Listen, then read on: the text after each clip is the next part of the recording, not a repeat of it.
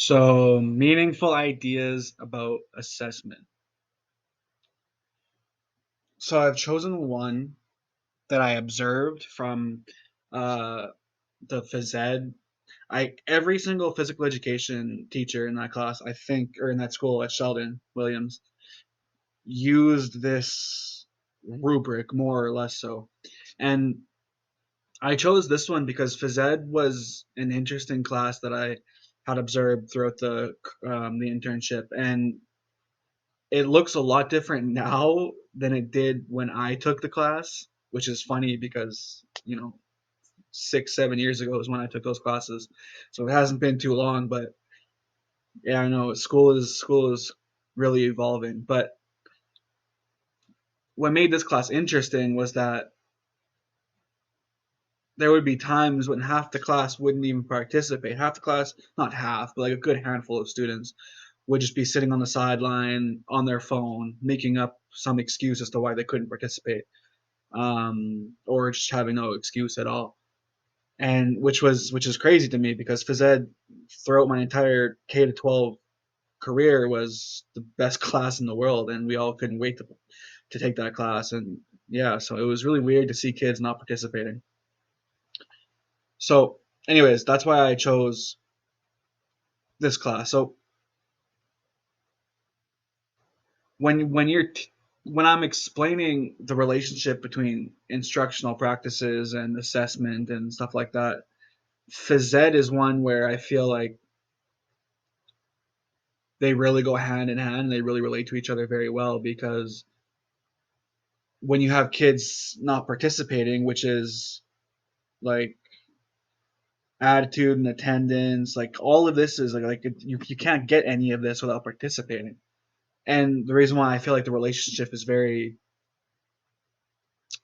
considerable in phys ed is because it's really what you make of it as a teacher. It's how fun can you make the curriculum in the classroom, and how can you engage with every student and make every student want to engage in the activity. Now, there are some extenuating circumstances that I noticed during my internship where students really could not participate at all, and that was because they had rightful objections. Like there were Muslim students who just said like it's my religion and I can't do this, and so that's completely understandable. But at the same time, Phys Ed 9, Wellness 10, those are required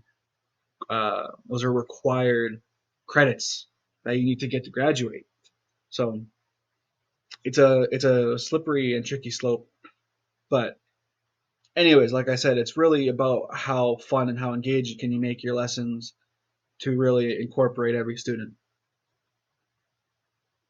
So for example, you can make you can coach, or not coach, but coach is yeah, but you can teach the lesson in a way where it's either very competitive or very casual. And if it's more on the casual side, you might entice the more lax students to participate. Whereas if it's really competitive, that might intimidate some students, right? And so I feel like but I also found that it's really hard to strike a balance between the two. How do you make something both competitive and casual? And so that's the issue I found when enticing every individual. So, and like phys ed's another tricky one when it comes to classroom environment because, the biggest thing I saw was at Sheldon, a good portion of the school are Islamic immigrants. And, you know, part of like follows directions, meets requirements, class routines, and stuff like that. Part of that is like wearing proper gym attire and exercise attire, which when you're talking about like certain religions and their directions for what they can wear, there's a conflict, right? So that's where phys ed is another interesting one, where we grade students on what they require to wear for class, yet often that conflicts with certain religions. So that's definitely something that's going to have to be addressed at a higher level in curriculum development. But as it sits right now, like you need to find a you need to find a balance, and at this point, from what I've seen, it's not being hit. That balance isn't being met because Muslim students are frankly not participating, or they're participating in a way that's not at the level that they're required to. So unfortunately, the process of assessment hadn't changed too much from when I went to school. It was still very typical in, like for example, in one of the math classes that I was in, it was still just like weekly quizzes and no cheating and phones away and eyes forward. It was very still typical in that regard. Where I could, when I could, I would do my best to make it not so, like, especially when I'll get into the assessment I gave them in a second here, but I tried to make my assessments less so of this. But unfortunately, from what I saw, the process was still very unchanged. It was still very, like, how do you say this, like, machine like, like tailoring the student to meet a specific outcome in one way. It wasn't inclusive. It wasn't like adaptive. It was one way, and that's the way that we're going to do this, which is unfortunate to see that it hasn't changed too much. But with hopefully with this new generation of teachers, that can start to work its way out. Now, again, how would I change this assessment for myself in my own phys ed 9 classes? Is I think I would split the class in two. I would make a competitive section, right? So it would be completely voluntary for which student wants to be evaluated based on their level of competitiveness. So I would make a competitive section for the class, and a student that's really athletic and be like, that one's for me. That's the one I want to participate in. And then I'd create a casual one for the ones who aren't so athletically inclined, or whatever words you want to use. So I split the class into, I'd have one rubric for the competitive students, and I'd have one rubric for the casual. Certain curriculum outcomes need to be met, and that's just a fact of the matter, right? It doesn't matter how athletic you are, there are certain criteria that need to be met. So it really is like trying to push a square through a triangle when you have religious objections as to what people can wear and what they can do. It really is like trying to push a square through a triangle, and that's something that we need to work on in a curriculum as a society, of what we really need to see out of our students. But as it sits right now, as teachers, we're mandated to teach the curriculum. And while we can meld the curriculum in certain ways to make it more adaptable, there are outcomes that need to be met, and there are religious objections that are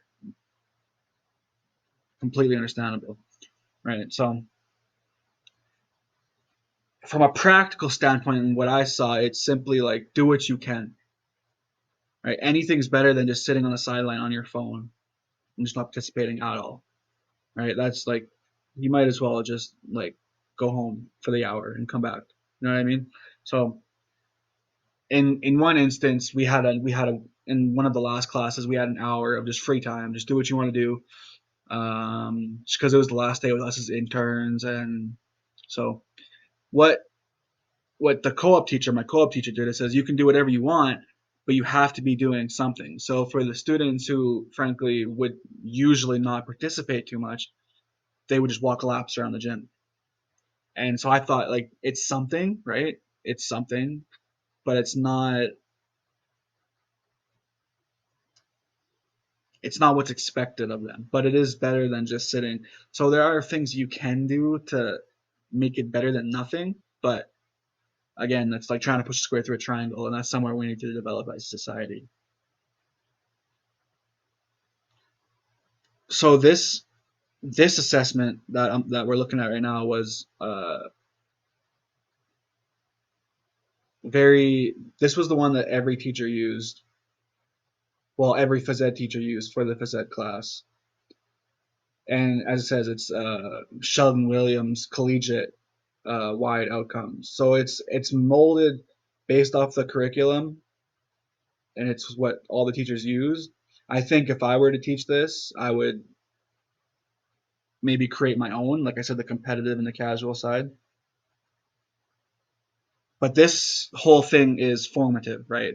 It's something we check every week or every class. It's something they're constantly being evaluated on. There's no final or whatever. This is formative. This assessment. So, however, for what I taught, like this is phys ed, or phys ed, the credit phys ed, the wellness tens, the phys ed nines, um, which I wasn't privileged to teach. I taught it once, and that was when I had to teach a half day. But I taught social studies 10, and this was the summative assessment that I made.